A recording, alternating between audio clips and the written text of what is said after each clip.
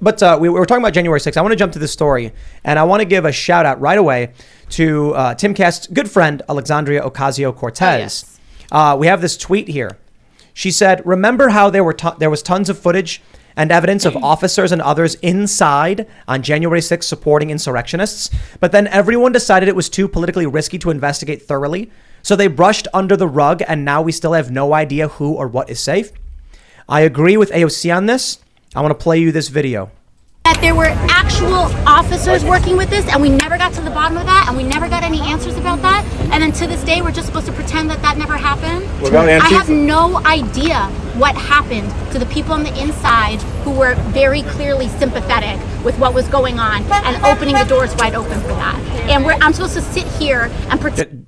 Just right there. Yep. Opening the doors. Pretend like none of that ever happened, and then right afterwards you have a massive, you just have this idea that throwing money at that problem is going to make it go away without any accountability.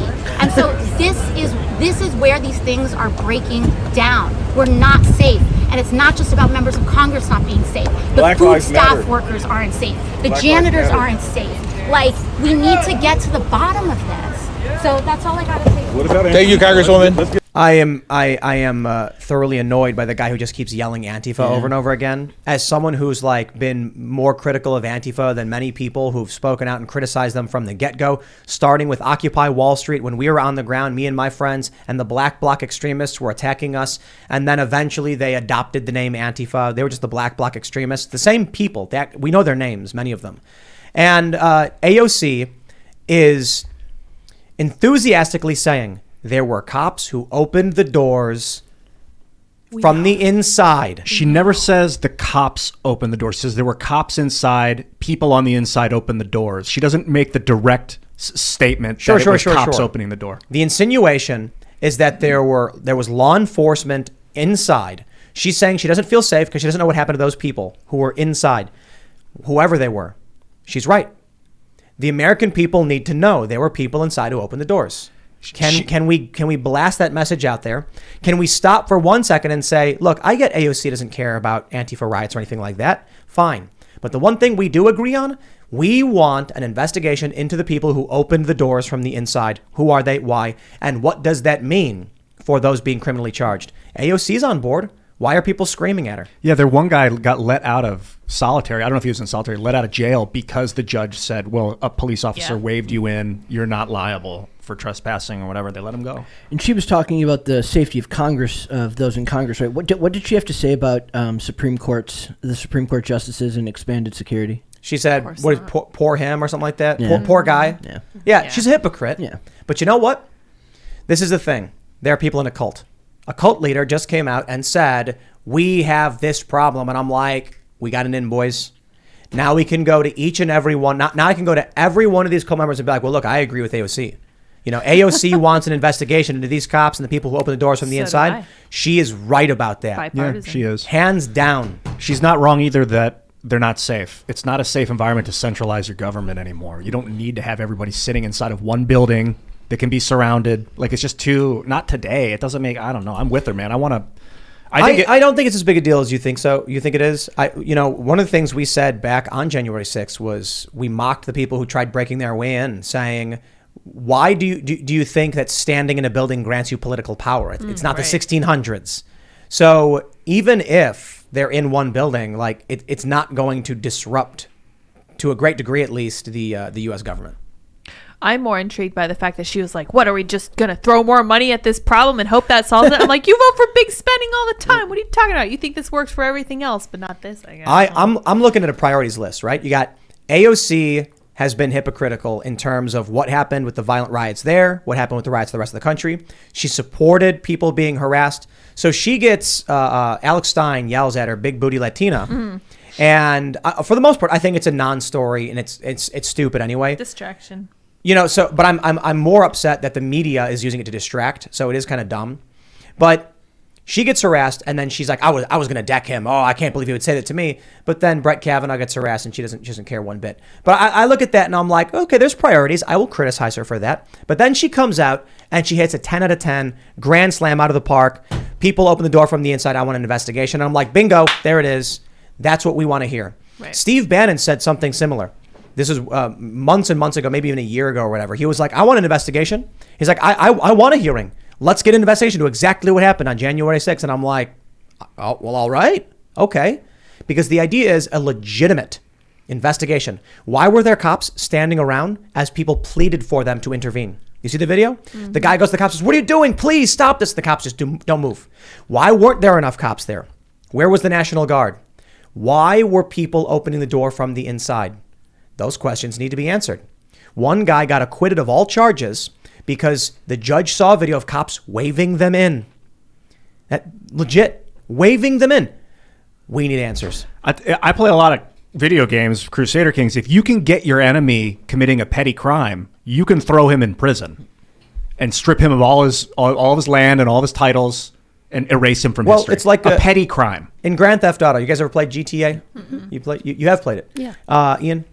Grand Theft Auto. I used to love it. What you do is in the video game, if you go up to a random person and attack them, and then they fight back and you run to a police car, the police will start brutally beating the person who is attacking you. So, and I'm talking about trick them. I'm talking about political, like your own subordinates. Like if you're a king and it's your duke and you don't like him and you catch him doing some slander or something, like you can throw him in wife. prison. Yeah. If someone if someone lets him in, if you open the door so that he can commit a crime, you can throw that guy in prison. Like there's a reason to let people commit crimes for authorities sometimes, because then you got them. And I want to know if that's what they did. Sorry. No, I was just. I think it might have been you guys last night on the show with Libby and Kurt. But somebody raised the question. Why is there only select footage being released? Like, release everything. Like, let's just make it all public. Yeah. Take a look at this story from the Daily Mail. Secret Service deleted texts from January 5th and 6th. Homeland Security's Inspector General reveals amid its internal probe. Why? Yeah. They say many texts between the U.S. Secret Service were deleted after the watchdog made a request for electronic communications, the letter states. The right seems to think that if we get a real investigation, it'll prove that feds were involved.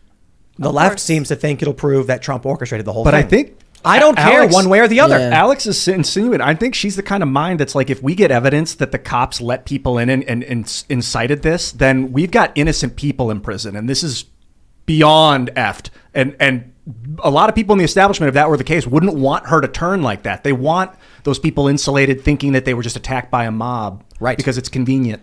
I think regardless of what the end result is, if police open the doors, and it's a fact, they did. There are cops who opened the door and said, I don't agree with it, but I respect it. They said that to people. There's video of a cop waving at people, waving them to come in. And they've argued, oh no, the cop was waving at other cops. Uh-huh. It's like, I don't know or care. There's a video of them fanning at the Trump supporters who then started walking in. Well, there are people selfies, pictures of... Yes. Yeah, there's cops selfies. Taking selfies. Yeah.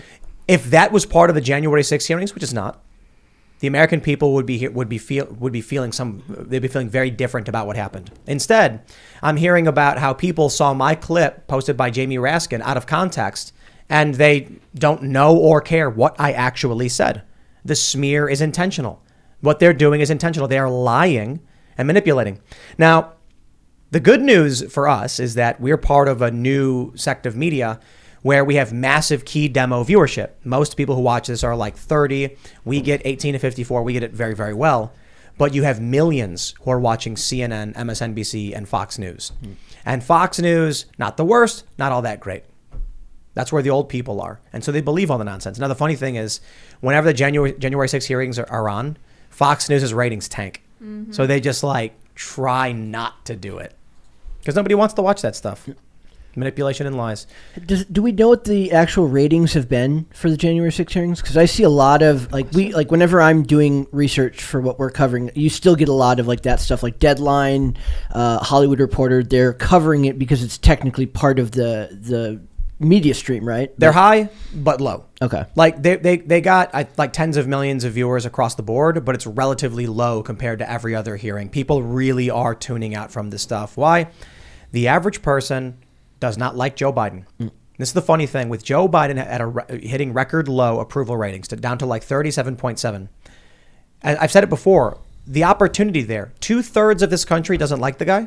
Okay, make fun of him. It's a big market share. But they don't. You'd think every single person would be like, look, if I want votes, bet against Biden. Everybody hates him. Instead, they're not doing it. They're passively and behind the scenes being like, we need to get somebody else. But we're the late night hosts to be like, ladies and gentlemen who watch this show, I know you all hate Joe Biden. Because even Democrats don't want him to run. But for some reason, they just keep propping him up.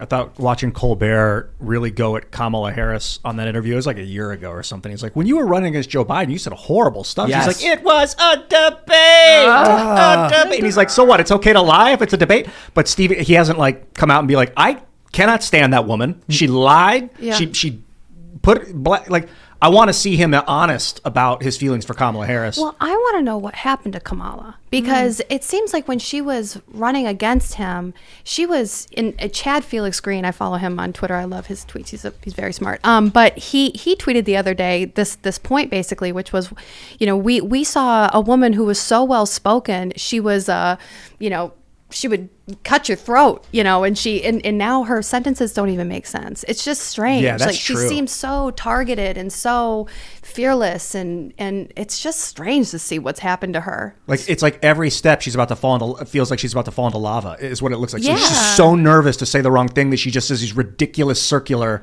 statements. Yeah. That's strange. That is interesting. I hadn't thought about that, but you're right. Yeah. She was a prosecutor. She was an ambitious woman. I don't have a high opinion of ambitious women, but they get stuff done. Well, know? I always thought of her as like somebody who really speaks a lot in like declarative sentences. Right. It's like, I'm going to cut to the chase. This is the point. And now it's skirt around in circles and say nothing. And it's very weird I to think see it. she's expected to live a lie now, because she really didn't like Joe Biden and was very overt about that during the debates. And now she's got to pretend like it. So when you live a lie, people become crazy, nervous wrecks. I mean, that's to me, it seems like it's the only explanation. I mean, but if they don't run Biden, I mean, what is she doing for her political future at this point if she can't even make a sentence? That is so I don't interesting. get it. Yeah, there's no way she got to where she is today by using those weird autocorrect predictive text sentence style of speaking. Yeah, she used to be very I feel like she was evil in the way she worked, but she worked. She got stuff done. She made people work for free. She treated them enslaved like people, slaves. Right. But she did all of these things competently, whatever you thought of what she did, and now she's like, I think you're right. I think she's terrified. And you're right. She's not doing anything for her political future. All she's doing is picking fights with people in the White House. It's an incredibly toxic workplace. Like, working with an ambitious lady like that is very toxic. It becomes it becomes an entangling battle of wills where they feel like they're being slighted over every little thing. And it's like, how are you supposed to make progress with that? And there's no way for a lady like that to, for example, get into office. Nobody wants her for president.